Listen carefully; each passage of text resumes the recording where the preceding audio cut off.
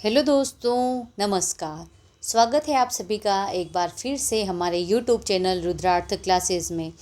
दोस्तों, आज हम पढ़ने वाले हैं राजस्थान की ज्योग्राफी। और राजस्थान की ज्योग्राफी में भी आज हमारा टॉपिक है राजस्थान के भौतिक प्रदेश, जो कि दोस्तों राजस्थान की ज्योग्राफी का सबसे पहला टॉपिक आता है। और ये टॉपिक पढ़ने के बाद ही आपके कॉमन क्वेश्चंस क्लियर हो सकते हैं आपके, और यहाँ से आपके बेसिक क्लियर हो जाएगा सब्जेक्ट को लेकर। तो दोस्तों, आज हम पढ़ने वाले हैं राजस्थान के भौतिक प्रदेश के बारे में, और इसके हम एमसीक्यू क्लास लेकर आए हैं आप सभी के लिए। और ये जो क्लास है दोस्तों, आपके सभी एग्ज़ाम्स के लिए महत्वपूर्ण रहेगी। चाहे आप रीट की तैयारी करें, first grade, second grade, RPSC के सारे एग्ज़ाम आ गए, या फिर आप अधीनस्थ बोर्ड की किसी भी एग्ज़ाम की तैयारी करें, तो उसके लिए आपके लिए ये क्लास बहुत बेनिफिशियल रहने वाली है। तो दोस्तों, ये क्लास मैं शुरू करूँ उससे पहले आप चैनल को लाइक करें, शेयर करें, सब्सक्राइब करें, ताकि आपको और भी नई नई वीडियोस मिलती रहें। तो दोस्तों, देखते हैं हमारा सबसे पहला क्वेश्चन है, राजस्थान को मुख्य रूप से कितने भौतिक विभागों में विभाजित किया गया है। दोस्तों, ये बहुत कॉमन क्वेश्चन है और लगभग हर तैयारी करने वाले बच्चे को इसका आंसर पता होता है। दोस्तों, इस क्लास में हम सबसे नॉर्मल क्वेश्चन भी लेकर आए हैं, इजी से इजी क्वेश्चन कौन सा बन सकता है इस टॉपिक में से, और मध्यम स्तर के हम क्वेश्चन भी लेकर आए हैं, और हार्ड से हार्ड क्वेश्चन भी लेकर आए हैं कि इस टॉपिक से अच्छे क्वेश्चन कौन कौन से बन सकते हैं। तो हमारा पहला क्वेश्चन है, राजस्थान को मुख्य रूप से कितने भौतिक विभागों में विभाजित किया गया है। तो इसका आंसर क्या होगा, 3, 4, 5 या 6, कितने भागों में विभाजित किया गया है। तो इसका आंसर होगा ऑप्शन बी राइट होगा, 4 भागों में विभाजित किया गया है। तो इसको हम देखेंगे कि ये 4 विभाग कौन कौन से हैं। ठीक है, 4 भाग कौन कौन से हैं। सबसे पहला भाग आता है हमारा पश्चिमी मरुस्थलीय प्रदेश, सेकंड पे आता है अरावली पर्वतीय प्रदेश, थर्ड नंबर पर आता है हमारा पूर्वी मैदानी प्रदेश, और फिर चौथा आता है हमारा हाड़ौती का पठार। ये 4 भाग हैं दोस्तों। 4 भागों में राजस्थान को विभाजित किया गया है, ये आप देख सकते हैं इसमें मैप के माध्यम से हमने आपको बताया है। और जो मरुस्थलीय प्रदेश है, पश्चिमी मरुस्थलीय प्रदेश है, इसको भी 2 भागों में बांटा गया है, शुष्क और अर्ध शुष्क। तो ये था, इसका आंसर 4 था, 4 भागों में बांटा गया है। नेक्स्ट क्वेश्चन है हमारा, क्षेत्रफल की दृष्टि से राजस्थान का सबसे बड़ा भौतिक प्रदेश कौन सा है। ठीक है, अब पूछ रहा है कि क्षेत्रफल की दृष्टि से। दोस्तों, इसमें हमने पढ़ा था कि कितने भागों में बांटा है, तो 4 भागों में बांटा है। अब 4 में से भी सबसे बड़ा भौतिक प्रदेश कौन सा है, तो इसका आंसर क्या होगा, पूर्वी मैदानी प्रदेश, पश्चिमी मरुस्थलीय प्रदेश, अरावली पर्वतीय प्रदेश, या फिर दक्षिण पूर्वी पठारी प्रदेश। तो इसका आंसर राइट होगा ऑप्शन बी, पश्चिमी मरुस्थलीय प्रदेश। दोस्तों, हम देखते हैं कि पश्चिमी मरुस्थलीय प्रदेश का क्षेत्रफल में सबसे बड़ा कैसे है और कितना इसका क्षेत्रफल है। तो इसका क्षेत्रफल है टोटल का 61.11%। तो ये क्षेत्रफल में है सबसे बड़ा। और इसी के साथ पूर्वी मैदान है, 23% हिस्सा रखता है पूरे राजस्थान में। अरावली रखता है 9%, और दक्षिण पूर्वी पठारी रखता है 6.89% हिस्सा रखता है। तो इसमें से सबसे बड़ा प्रदेश कौन सा हो गया है, पश्चिमी मरुस्थलीय प्रदेश। आपको सेकंड नंबर पूछ ले तो पूर्वी मैदान करना है, थर्ड नंबर पर पूछ ले सबसे बड़ा तो अरावली पर्वतीय प्रदेश करना है, और दक्षिण पूर्वी पठारी चौथे नंबर पर आ जाएगा। तो यहाँ से आपके मिलान वाला क्वेश्चन भी बन जाता है। मिलान कीजिए, कौन सा हिस्सा कितने प्रतिशत का, ऐसे करके आपको पूछ सकता है कि कितने प्रतिशत, 61.11% ये हिस्सा किस विभाग का है, किस भाग का है। तो ये ऐसे आपको याद रखना है। फिर नेक्स्ट क्वेश्चन आता है, अरावली पर्वतमाला किस प्राचीन भूखंड का अवशेष है। दोस्तों, तो जो हमारा राजस्थान है दोस्तों, राजस्थान में जो हमारे 4 भौतिक प्रदेश है उसमें 2 भाग आते हैं। ठीक है, एक आता है हमारा टेथी सागर, दूसरा आता है गोंडवाना लैंड। ठीक है, गोंडवाना लैंड। अब इसमें से अरावली पर्वतमाला किस प्राचीन भूखंड का भाग है। तो ऑप्शन है टेथीस सागर, फिर आता है गोंडवाना लैंड, फिर आता है अंगारा लैंड, और डी ऑप्शन है यूरेशिया प्लेट। तो अरावली पर्वतमाला है, इसको गोंडवाना लैंड में भूखंड का इसका अवशेष है, गोंडवाना लैंड का। टेथीस सागर जो अवशेष है, इसका अवशेष कौन सा है, तो इसका आता है पश्चिमी मरुस्थल आ जाएगा, पश्चिमी मरुस्थल, और एक और आ जाएगा आपका पूर्वी मैदानी भाग। ये 2 तो आ जाएंगे दोस्तों, टेथी सागर के अवशेष हैं, और गोंडवाना लैंड का एक तो आ जाएगा आपका अरावली, और एक और बचा है आपका हाड़ौती। ठीक है, हाड़ौती पठारी प्रदेश। ये हो गया हमारा थर्ड क्वेश्चन। फिर नेक्स्ट क्वेश्चन है हमारा, हाड़ौती का पठार राजस्थान के किस भाग में स्थित है? तो राजस्थान के किस भाग में स्थित है? सिंपल क्वेश्चन है, ये आप देख सकते हैं। ऑप्शन उत्तर पूर्व, बी है पश्चिम, सी है मध्य, और डी है दक्षिण पूर्व। तो इसका आंसर दोस्तों डी राइट होगा। दक्षिण पूर्व में आपका हाड़ौती का पठार स्थित है। आप इसमें देख सकते हैं, ये मैप लगाया हमने, इसमें देख सकते हैं ये आपका हाड़ौती का पठार है। ये दक्षिण और पूर्व भाग में स्थित है। ठीक है, फिर नेक्स्ट क्वेश्चन है हमारा, बरखान। बरखान क्या है? तो दोस्तों बरखान क्या है ये हम देखते हैं। दोस्तों इसके ऑप्शन है, क्या अरावली दर्रे में बरखान बनते हैं, या अब नदी बेसिन, या फिर झील का प्रकार है ये, या फिर क्या है ये अर्धचंद्राकार बालू का स्तूप है? तो इसका सही आंसर होगा डी ऑप्शन, अर्धचंद्राकार बालू का स्तूप है। दोस्तों ये बालू का स्तूप युक्त प्रदेश है, इसमें एक ये दोहरे का प्रकार है बरखान। ठीक है, ऑप्शन में अगर आपको पूछ ले तो ये एक दोहरे का प्रकार है, दोहरे का प्रकार। नेक्स्ट क्वेश्चन है, गुरु शिखर चोटी किस जिले में स्थित है? गुरु शिखर चोटी किस जिले में स्थित है? उदयपुर, राजसमंद, सिरोही और अजमेर। तो कहाँ पर स्थित है गुरु शिखर चोटी? सिरोही जिले में स्थित है। दोस्तों गुरु शिखर जो है राजस्थान की दक्षिणी अरावली में स्थित है। और क्वेश्चन बनता है यहाँ से कि कितने मीटर इसकी ऊंचाई है? तो 1722 मीटर इसकी ऊंचाई है, ये आपको याद रखना है। 1722 मीटर इसकी ऊंचाई है। नेक्स्ट क्वेश्चन है हमारा, भोराट का पठार किन 2 स्थानों के बीच स्थित है? दोस्तों भोराट का पठार किन 2 स्थानों के बीच है? तो भोराट का पठार क्या कुंभलगढ़ और राजसमंद के बीच स्थित है? नहीं। तो क्या ये गोगुंदा और कुंभलगढ़ के बीच स्थित है? तो क्या ये अचलगढ़ और देलवाड़ा के बीच स्थित है? नहीं। क्या सिरोही और आबू के बीच स्थित है? नहीं। तो इसका राइट ऑप्शन हो जाएगा गोगुंदा और कुंभलगढ़ के बीच का पठारी भाग है ये भोराट का पठार कहलाता है। ठीक है, इनके बीच में स्थित है, गोगुंदा और कुंभलगढ़ के बीच। नेक्स्ट क्वेश्चन है हमारा, अरावली पर्वतमाला की कुल लंबाई कितनी है? तो क्या पूछा है, अरावली पर्वतमाला की कुल लंबाई पूछा है, टोटल लंबाई पूछा है। तो कितनी है इसकी टोटल लंबाई?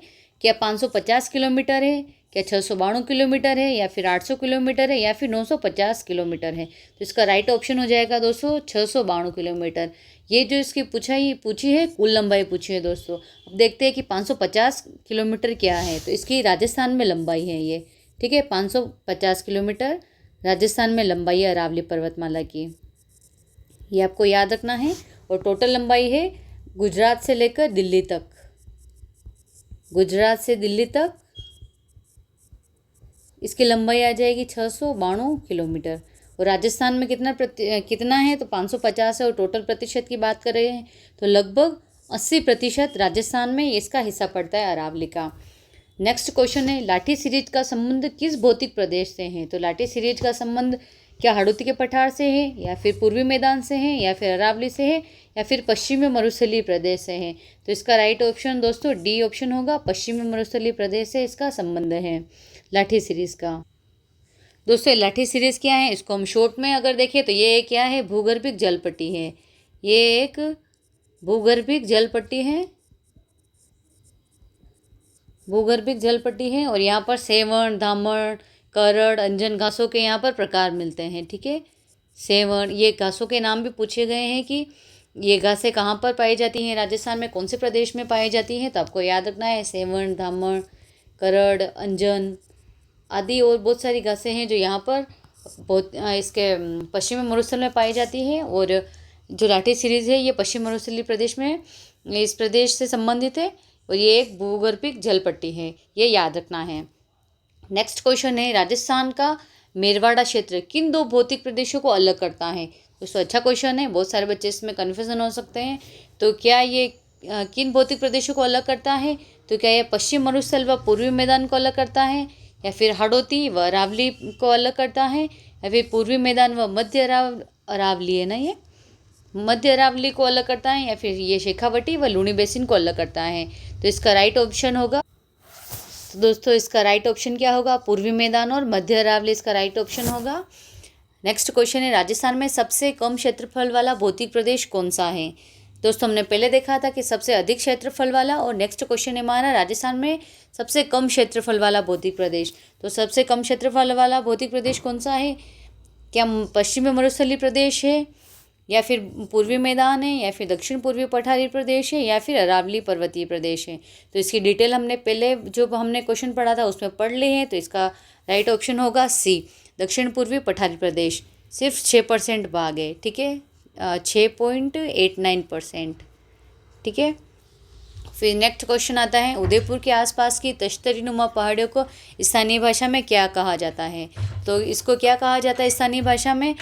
क्या भाखर कहते हैं, या फिर मगरा कहते हैं, या फिर गिरवा कहते हैं, या फिर मेवल कहते हैं? तो इसका राइट ऑप्शन हो जाएगा दोस्तों सी ऑप्शन हो जाएगा, गिरवा कहते हैं। तो उदयपुर के आसपास की तश्तरी नुमा पहाड़ियाँ, इनको गिरवा कहा जाता है। तो दोस्तों आपके दिमाग में क्वेश्चन अब चल रहा होगा कि तो भाखर क्या है, फिर मगरा क्या है, या और फिर मेवल क्या है? तो इसकी डिटेल भी हम पढ़ेंगे कि भाखर क्या है, मगरा क्या है, और मेवल क्या है। तो दोस्तों भाखर किसे कहते हैं? कि सिरोहे में खड़े ढाल वाले तीव्र जो पहाड़ियाँ हैं अरावली की, उसे हम भाखर कहते हैं। ये याद रखना है, भाखर का संबंध सिरोही जिले से है। और जो तीव्र ढाल वाली पहाड़ियाँ हैं, यहाँ पर तीव्र ढाल वाली पहाड़ियों को हम भाखर कहते हैं। पहाड़ियों को क्या कहते हैं? सिरोही में भाखर कहते हैं। फिर नेक्स्ट आता है मगरा किसे कहते हैं? तो उदयपुर में अरावली के ऊंचे स्थानों को हम मगरा कहते हैं, जैसे कि माचला मगरा, ऐसे नाम आपको सुनने में मिले होंगे, उन्हें मगरा कहते हैं। फिर मेवल किसे कहते हैं हम? तो मेवल डूंगरपुर और बांसवाड़ा के आसपास की छोटी छोटी पहाड़ियाँ हैं, उनको हम मेवल कहते हैं। नेक्स्ट क्वेश्चन है हमारा, राजस्थान में सर्वाधिक जनसंख्या घनत्व वाला भौतिक प्रदेश कौन सा है? तो इसका राइट आंसर क्या होगा? क्या पश्चिमी मरुस्थलीय प्रदेश में सबसे ज़्यादा जनसंख्या घनत्व है, या फिर पूर्वी मैदानी प्रदेश में है, या फिर अरावली पर्वतीय प्रदेश में है, या फिर हाड़ौती के पठार में है? तो दोस्तों सबसे ज़्यादा जनसंख्या घनत्व कौन से भौतिक प्रदेश में है? तो इसका राइट ऑप्शन बी हो जाएगा, पूर्वी मैदान में सबसे ज़्यादा जनसंख्या घनत्व है। कितना है हम देखते हैं कि इसका क्षेत्रफल कितना है और जनसंख्या घनत्व कितना है। क्षेत्रफल और घनत्व कितना है दोस्तों? ये यहाँ से बार बार क्वेश्चन पूछ रहा है इस टॉपिक से। तो जनसंख्या घनत्व भौतिक प्रदेश कौन सा है सबसे ज़्यादा वाला? तो हम इसको एक टेबल बनाकर देख लेते हैं। क्षेत्रफल देखेंगे हम सबसे पहले, ठीक है। तो पश्चिमी मरुस्थलीय प्रदेश का क्षेत्रफल कितना है? 61.11% इसका क्षेत्रफल है। फिर पूर्वी मैदान का देखते हैं, इसका कितना क्षेत्रफल है? तो इसका 23% क्षेत्रफल है। फिर हम देखेंगे अरावली प्रदेश का, तो इसका 9% क्षेत्रफल है। फिर हाड़ौती पठार का कितना है? 6.89% क्षेत्रफल है। और फिर देखते हैं हम जनसंख्या, तो जनसंख्या कितने प्रतिशत निवास करती है? तो पश्चिमी मरुस्थल में 61.11% क्षेत्रफल है, इसमें 40% जनसंख्या निवास करती है। पूर्वी मैदान में 39% जनसंख्या निवास करती है। अरावली में 10% जनसंख्या निवास करती है। और हाड़ौती के मैदान में कितनी जनसंख्या निवास करती है? 11% जनसंख्या निवास करती है। तो दोस्तों ये था हमारा क्षेत्रफल और जनसंख्या प्रतिशत कितना कितना है। तो देखिए ये 2/3 लगभग 2/3 क्षेत्रफल है, 61.11%। इसमें 40% जनसंख्या निवास करती है। और पूर्वी मैदान में 23% ही क्षेत्रफल है, यहाँ पर लगभग 39% जनसंख्या निवास करती है। तो यहाँ पर जनसंख्या घनत्व सबसे ज़्यादा है। तो और फिर अरावली का 9% क्षेत्रफल है, यहाँ पर 10% निवास करती है, इतना ज़्यादा नहीं है यहाँ पर भी, ना तो क्षेत्रफल इतना ज़्यादा है ना ही जनसंख्या ज़्यादा है। फिर आता है हाड़ौती का पठार। हाड़ौती के पठार में 6.89% क्षेत्रफल है और 11% जनसंख्या निवास करती है। तो ये आपको याद रखना है। नेक्स्ट क्वेश्चन है हमारा, पश्चिम मरुस्थल का वह भाग जो टेथी सागर का अवशेष है। तो पश्चिम मरुस्थल का वह भाग जो टेथी सागर का अवशेष है, इसका राइट आंसर क्या होगा? इसमें 2 ऑप्शन सेम दिए हैं। फर्स्ट ऑप्शन है थार का मरुस्थल, फिर थार का मरुस्थल, बी ऑप्शन, सी अरावली, और डी है दक्षिण पूर्वी पठार। तो इसका आंसर ए भी राइट है और बी भी राइट है। थार का मरुस्थल इसका राइट आंसर है। फिर नेक्स्ट है छप्पन का मैदान राजस्थान के किन जिलों से संबंधित है दोस्तों? तो छप्पन ऐसे भी लिख सकते हैं आपके और ऐसे भी लिख सकते हैं, ठीक है। दोनों में आपको डिजिट में भी लिख सकता है और ऐसे नॉर्मल भी लिख के दे सकता है। तो किन जिलों से संबंधित है छप्पन का मैदान? अलवर भरतपुर, जालोर बाड़मेर, बांसवाड़ा प्रतापगढ़, या फिर कोटा झालावाड़ से संबंधित है। तो इसका ऑप्शन सी राइट होगा। बांसवाड़ा और प्रतापगढ़ से संबंधित है 56 का मैदान। 56 नदी नालों का समूह है, 56 नदी नालों का समूह, ठीक है, इसे ही 56 का मैदान कहते हैं, नदी नालों का समूह। नेक्स्ट क्वेश्चन है हमारा, अरावली की सबसे ऊंची चोटी गुरु शिखर की ऊंचाई कितनी है? नॉर्मल क्वेश्चन है। इसका राइट आंसर क्या होगा? आप सभी को पता ही होगा कि 1597 है, या फिर 1722 है, या फिर 1431 है, या फिर 1822 है। तो इसका राइट ऑप्शन 1722 होगा। तो दोस्तों ये हमने अभी पिछले ही क्वेश्चन में पढ़ा था कि कितनी ऊंचाई है इसकी, तो 1722 मीटर है। तो अब ये 1597 मीटर किसकी ऊंचाई है? तो ये शेर की ऊंचाई है। फिर 1431 किसकी है? तो 1431 आपके जरगा की ऊंचाई है। ये मुख्य मुख्य चोटियाँ हैं, ये सबसे ऊंची में ही आती है, तो आपको याद रखना है। फिर आपको 1822 ना दे करके आपको यहाँ याद रखना है, आपको 1380 याद रख लेना है, ताकि इससे आपकी एक चोटी भी कंप्लीट हो जाएगी। तो 1380 मीटर किसकी ऊंचाई है?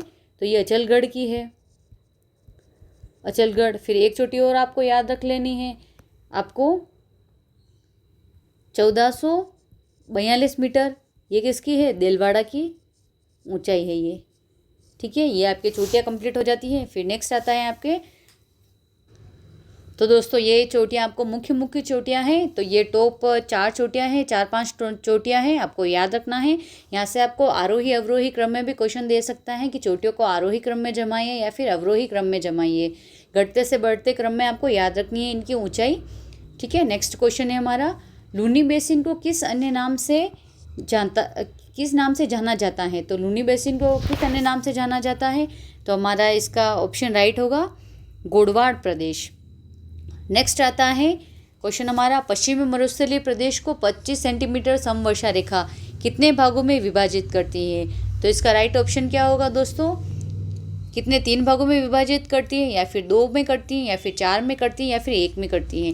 तो इसका आंसर आपने देख के बता ही दिया होगा, क्योंकि हमने ऑप्शन में पहले ही दे रखा है आपको। तो 2 भागों में विभाजित करती है, शुष्क में और अर्धशुष्क में विभाजित करती है पश्चिमी मरुस्थल को, ठीक है।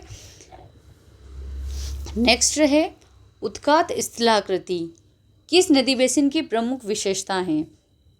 तो ये किस नदी की विशेषता है दोस्तों? तो दोस्तों ये आपके बहुत इंपॉर्टेंट क्वेश्चन बनता है उत्खात स्थलाकृति को लेकर, तो ये आपको याद रखना ही है।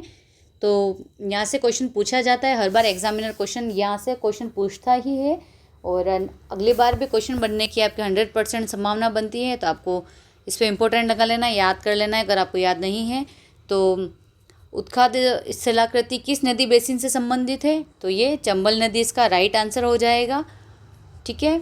फिर नेक्स्ट क्वेश्चन है, मेसा पठार जिस पर चित्तौड़गढ़ दुर्ग स्थित है किस भौतिक प्रदेश का भाग है?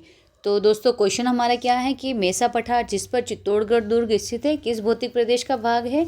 ये इस क्वेश्चन को भी आप very very very very important question लगा दीजिए, क्योंकि इसमें बच्चे बहुत ज़्यादा कन्फ्यूज़न होते हैं। तो इसका आंसर राइट क्या है हम देखेंगे कि ये किस प्रदेश का भाग है। क्या ये पूर्वी मैदानी प्रदेश का भाग है, या फिर ये अरावली प्रदेश का भाग है, या फिर ये दक्षिण पूर्वी पठारी प्रदेश का भाग है, या फिर ये अर्धशुष्क मैदान का भाग है? तो दोस्तों आपको इसका आंसर राइट पता ही होगा। इसका सही आंसर है दक्षिण पूर्वी पठारी भाग, और इसमें सबसे ज़्यादा बच्चे ऑप्शन करके आते हैं अरावली पर्वतीय प्रदेश का भाग, लेकिन इसका ये भाग नहीं है मेसा का पठार। और मेसा का पठार पर चित्तौड़गढ़ दुर्ग बना हुआ है। आपको यहाँ से भी क्वेश्चन दे सकता है कि चित्तौड़ दुर्ग कौन से पठार पर बना हुआ है? तो मेसा के पठार पर बना हुआ है। और आपको भौतिक प्रदेश तो दे ही रहा है, ये एग्जामिनर दे पूछ लेगा आपको। तो एग्जामिनर ये तो पूछ ही रहा है आपको कि मेसा के पठार पर बना है, और इसका निर्माण किसने करवाया? तो चित्रांगद मौर्य ने करवाया था इसका निर्माण, ठीक है। ये भी आपको याद रखना है। और फिर दक्षिण पूर्वी पठारी प्रदेश का भाग है, ये भी आपको याद रखना है। नेक्स्ट क्वेश्चन है हमारा, मरु शब्द किस भौतिक प्रदेश के लिए प्रयुक्त होता है? मरु शब्द किस भौतिक प्रदेश के लिए प्रयुक्त होता है? तो ये किसके लिए प्रयुक्त होता है? ये आपको नाम से ही पता चल रहा होगा कि मरुस्थल भौतिक प्रदेश के लिए प्रयुक्त होता है। नेक्स्ट क्वेश्चन है हमारा, भाकर शब्द का संबंध राजस्थान के किस भाग से है? तो भाकर शब्द का संबंध राजस्थान के किस भाग से है? तो इसका सही आंसर है दोस्तों पूर्वी सिरोही की तीव्र ढाल वाली पहाड़ियों से संबंधित है। ये क्वेश्चन हमने पहले भी देखा है, और अभी वापस ये इसका आया है, तो डिटेल आई है, तो ये इस क्वेश्चन को हम वापस देख लेते हैं। ये भी आपके लिए इम्पोर्टेंट बनता है। नेक्स्ट क्वेश्चन है, दोस्तों हमारा नेक्स्ट क्वेश्चन क्या है, हम देखते हैं। राजस्थान बांगर किस भौतिक प्रदेश का उपविभाग है? तो इसका राइट आंसर क्या होगा दोस्तों? ए ऑप्शन है शुष्क मरुस्थल है, या फिर अर्ध शुष्क मरुस्थल का भाग है, उपभाग है, या फिर पूर्वी मैदान का भाग है, या फिर अरावली मैदान का भाग है। तो इसका राइट आंसर दोस्तों बी राइट होगा। अर्ध शुष्क मरुस्थल भौतिक प्रदेश का ये उपविभाग है, ये आपको याद रखना है। नेक्स्ट है क्वेश्चन, ताराबालू का स्तूप राजस्थान में कहाँ पाए जाते हैं? ताराबालू का स्तूप दोस्तों कहाँ पर पाए जाते हैं राजस्थान में? तो क्या ये जोधपुर और पाली में पाए जाते हैं, या फिर ये चूरू और सीकर में पाए जाते हैं, या फिर ये मोहनगढ़ जैसलमेर और सूरतगढ़ गंगानगर में पाए जाते हैं, या फिर ये बाड़मेर जालौर में पाए जाते हैं? तो इसका राइट आंसर होगा दोस्तों सी ऑप्शन इसका राइट होगा। मोहनगढ़ जो जैसलमेर में आता है और सूरतगढ़ श्रीगंगानगर में आता है, इसका राइट आंसर है। इस क्वेश्चन को भी आप इंपॉर्टेंट क्वेश्चन लगा लीजिए, ये भी आपके एग्जाम की दृष्टि से इंपॉर्टेंट क्वेश्चन है। नेक्स्ट क्वेश्चन है हमारा, अरावली पर्वतमाला की औसत ऊंचाई लगभग कितनी है? दोस्तों हमने पहले जो क्वेश्चन पढ़ा इसमें हमने इसकी लंबाई देखी थी, और अब जो क्वेश्चन आया है इसकी औसत ऊंचाई को लेकर आया है। तो दोस्तों अरावली पर्वतमाला की औसत ऊंचाई लगभग कितनी है? हमने पहले लंबाई देखी थी, अब देखते हैं हम औसत ऊंचाई।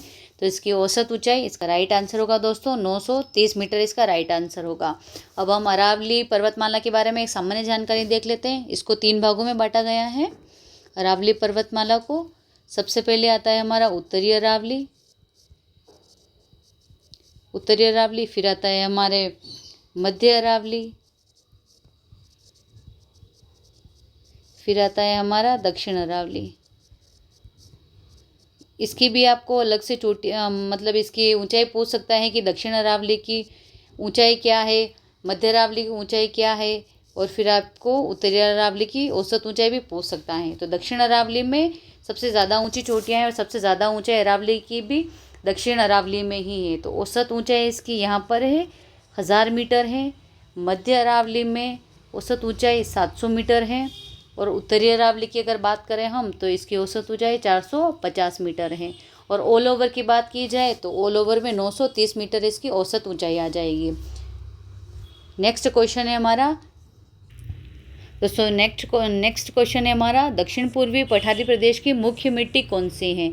तो दक्षिण पूर्वी पठारी प्रदेश की मुख्य मिट्टी कौन सी है? इसका आंसर क्या होगा राइट? क्या रेतीली बलुई मिट्टी है, या फिर जलोढ़ मिट्टी है, या फिर लाल पीली मिट्टी है, या फिर काली रेगूर मिट्टी है? तो इसका राइट आंसर होगा दोस्तों काली रेगूर मिट्टी है दक्षिण पूर्वी। तो रेतीली बलुई मिट्टी कौन से प्रदेश की है? तो ये है मरुस्थलीय प्रदेश की है। मरुस्थलीय प्रदेश में कौन सी मिट्टी पाई जाती है? तो रेतीली बलुई मिट्टी पाई जाती है। फिर जलोढ़ मिट्टी कहाँ पाई जाती है? तो ये पूर्वी प्रदेश में पाई जाती है, पूर्वी प्रदेश में। तो दोस्तों जलोढ़ मिट्टी कहाँ पाई जाती है? उत्तरी प्रदेश में पाई जाएगी आपके, इसको हम उत्तर पूर्वी भी कह सकते हैं। फिर लाल पीली मिट्टी आपके कौन से प्रदेश में पाई जाती है? तो ये आपके अरावली भौतिक प्रदेश में पाई जाती है आपके ये। और काली रेगूर मिट्टी आपके दक्षिण पूर्वी प्रदेश में पाई जाती है। नेक्स्ट क्वेश्चन है हमारा, पोतवार पठार का संबंध राजस्थान के किस भौतिक प्रदेश से है? ये अच्छा क्वेश्चन बनता है यहाँ से। तो इसका संबंध कौन से भौतिक प्रदेश से है? तो इसका राइट आंसर ए होगा, उत्तर पूर्वी अरावली से है। पोतवार पठार का संबंध दिल्ली, गुरुग्राम और अलवर क्षेत्र आता है इसमें। फिर नेक्स्ट क्वेश्चन है, राजस्थान का वह भौतिक प्रदेश जहाँ सर्वाधिक वर्षा होती है? तो राजस्थान के कौन से भौतिक प्रदेश में सर्वाधिक वर्षा होती है? तो क्या इस पूर्वी मैदान में होती है, या फिर पश्चिम मरुस्थलीय में होती है, या फिर अरावली में होती है, या फिर दक्षिण पूर्वी पठारी में होती है? तो इसका राइट आंसर दोस्तों होगा डी ऑप्शन होगा, दक्षिण पूर्वी पठारी प्रदेश में सर्वाधिक वर्षा होती है। कितने सेमी वर्षा होती है दक्षिण पूर्वी पठारी में? तो हम देखते हैं कि 80 से 120 सेमी वर्षा होती है यहाँ पर। फिर नेक्स्ट देखते हैं हम, गग्गर का मैदान किन जिलों में पाया जाता है? गग्गर का मैदान, तो इसका राइट आंसर होगा दोस्तों श्रीगंगानगर और हनुमानगढ़। आपको गग्गर नदी का याद रखना है राजस्थान में दोस्तों। अभी राजस्थान कांस्टेबल में एग्ज़ाम में क्वेश्चन पूछा था यहाँ से, जो लगभग बहुत सारे बच्चों का गलत हुआ था, उनको कन्फ्यूज़न हो गया था। तो आपको इसके बारे में इम्पोर्टेंट जानकारी है जो याद रखनी है। तो जो गग्गर नदी है ये एक हिमालयी नदी है जो राजस्थान में इसका बहाव है। ये कौन सी नदी है? हिमालयी नदी है, ठीक है, एकमात्र हिमालयी नदी है राजस्थान में। और ये राजस्थान में पंजाब, हरियाणा से होते हुए फिर राजस्थान में प्रवेश करती है। तो पंजाब से प्रवेश ना करके राजस्थान राज्य से फिर राजस्थान में प्रवेश करती है हरियाणा से होते हुए, और हरियाणा से फिर हनुमानगढ़ में होते हुए राजस्थान में प्रवेश करती हैं। ये आपको याद रखना है। नेक्स्ट आता है मेवल क्षेत्र किन जिलों के मध्य स्थित हैं? तो इसका राइट आंसर हो जाएगा दोस्तों डूंगरपुर और बांसवाड़ा, इसका राइट ऑप्शन होगा। इसका बी ऑप्शन है डूंगरपुर और बांसवाड़ा मेवल क्षेत्र के नाम से भी जाना जाता है इसको।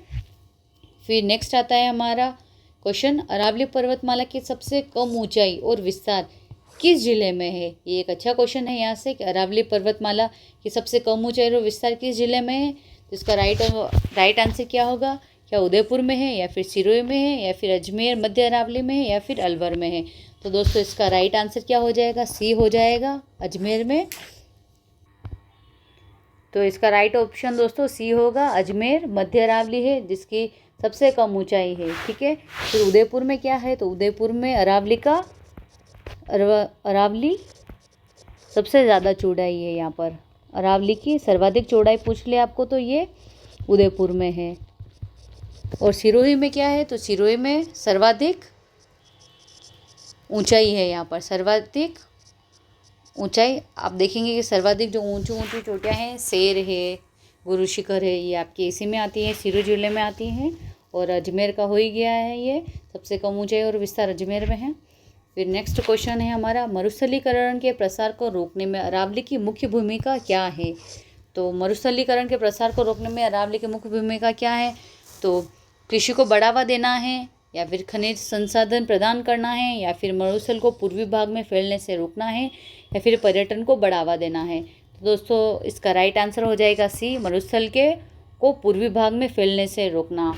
दोस्तों ये जो हमारा देखते हैं हम कि ये राजस्थान है, राजस्थान को दो भागों में बांटा है हमने, पश्चिमी मरुस्थल को अर्ध शुष्क और अर्ध शुष्क। ठीक है, जो ये वाला जो भाग है अर्ध शुष्क के इधर वाला, ये मरुस्थलीकरण के विस्तार को रोकता है। अरावली बीच में आती है, तो जो भी रेत वगैरह उड़कर आती है वो इस क्षेत्र में कम आती है, अरावली बीच में अवरोध का कार्य करती है। तो ये आपको याद रखना है। नेक्स्ट क्वेश्चन है, पिडमांट मैदान का संबंध किस नदी बेसिन से है?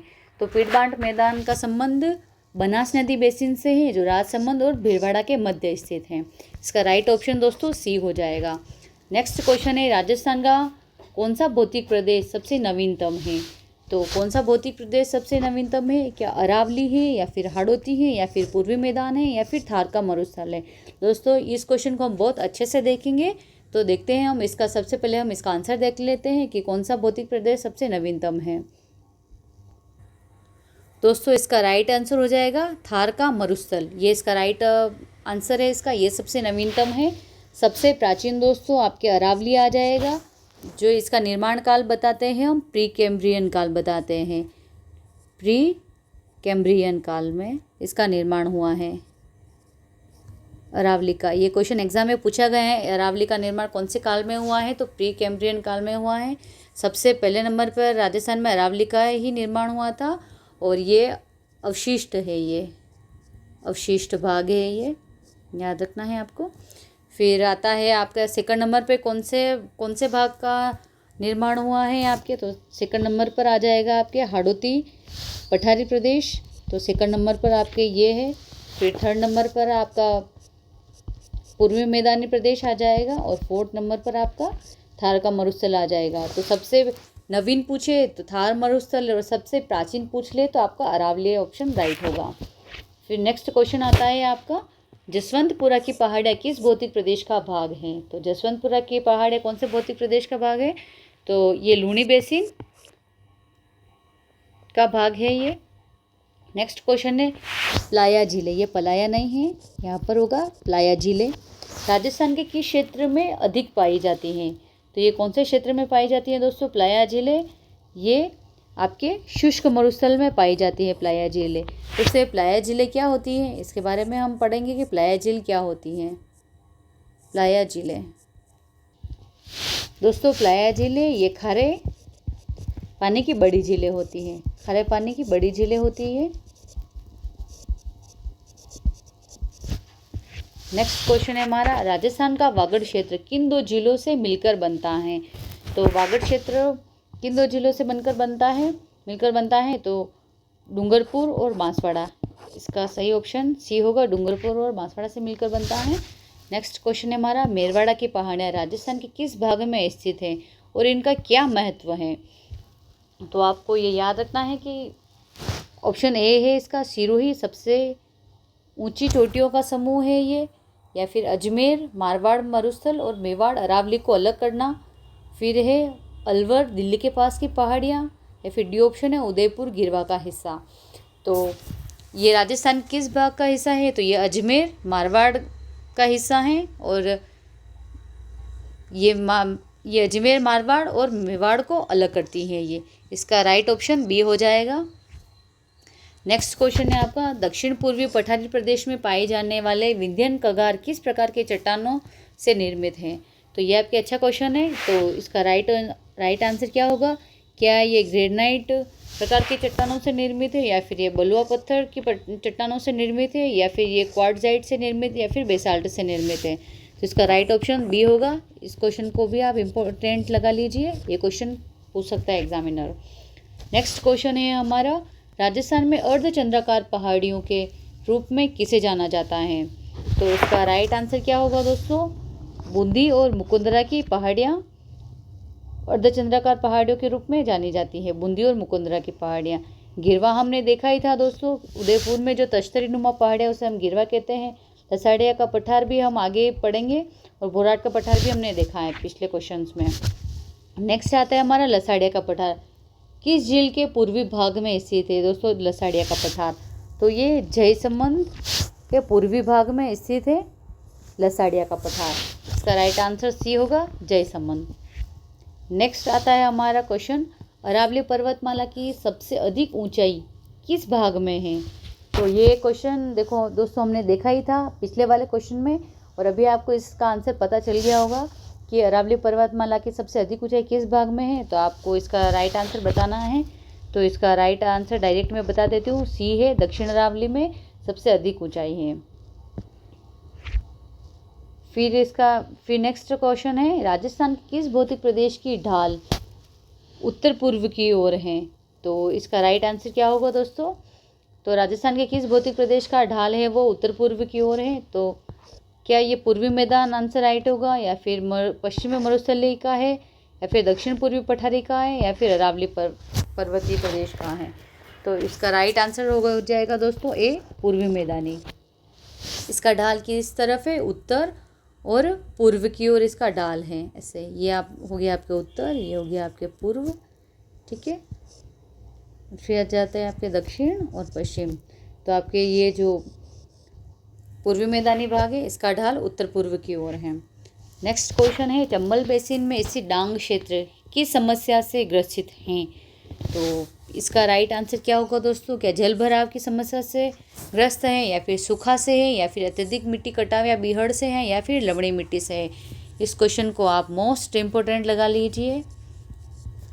इसका राइट आंसर होगा दोस्तों सी, अत्यधिक मिट्टी कटाव और बीहड़ की समस्या से ग्रस्त है चंबल बेसिन।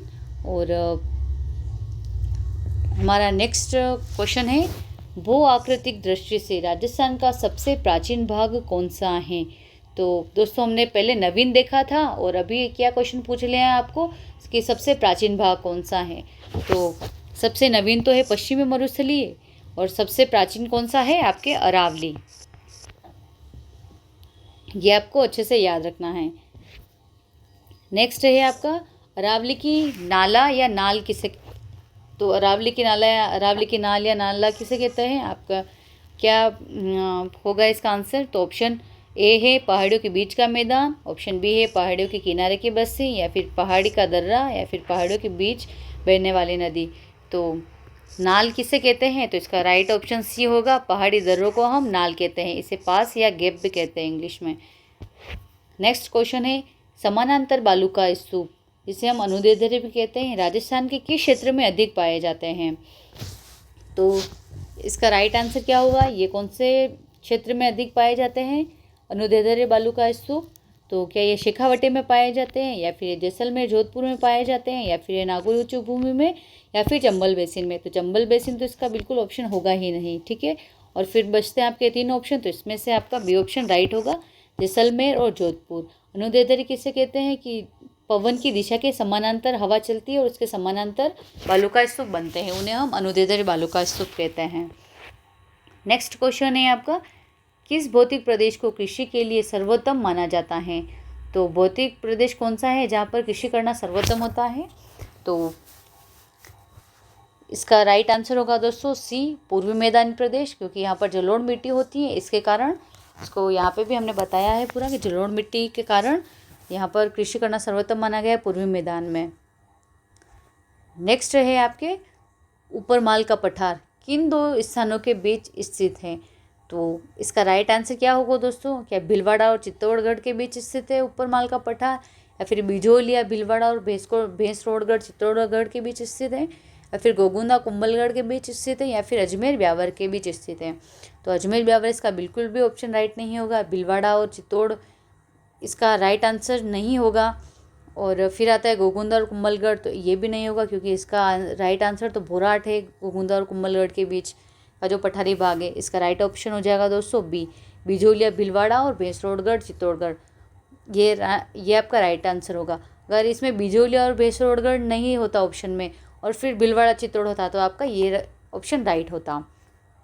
नेक्स्ट क्वेश्चन है हमारा, नेक्स्ट और लास्ट क्वेश्चन है, क्या है? मरुस्थलीकरण का प्रसार राजस्थान के किस दिशा में हो रहा है? तो जो मरुस्थलीकरण का प्रसार हो रहा है दोस्तों राजस्थान में, वो किस दिशा में हो रहा है? तो दोस्तों इसका राइट आंसर क्या हो जाएगा? क्या दक्षिण से पश्चिम की ओर हो रहा है, या फिर पश्चिम से उत्तर पूर्व की हो रहा है विस्तार, या फिर पूर्व पश्चिम, या फिर दक्षिण उत्तर? तो दोस्तों इसको हम एक डायग्राम के माध्यम से देखेंगे ताकि आपको अच्छे से समझ में आ जाए। तो ऊपर दिशा होती है उत्तर, नीचे होता है दक्षिण, इधर होता है पूर्व और इधर होता है पश्चिम दिशा। फिर हम 4 दिशाएं और बनाते हैं।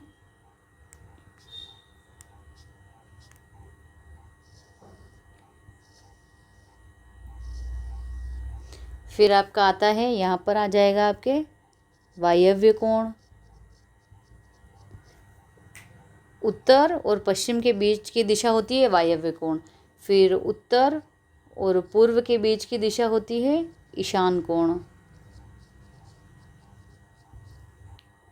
तो दोस्तों पश्चिम और उत्तर और पश्चिम दिशा के बीच जो कोण बनता है उत्तर पश्चिम दिशा के बीच, तो वायव्य कोण बनता है।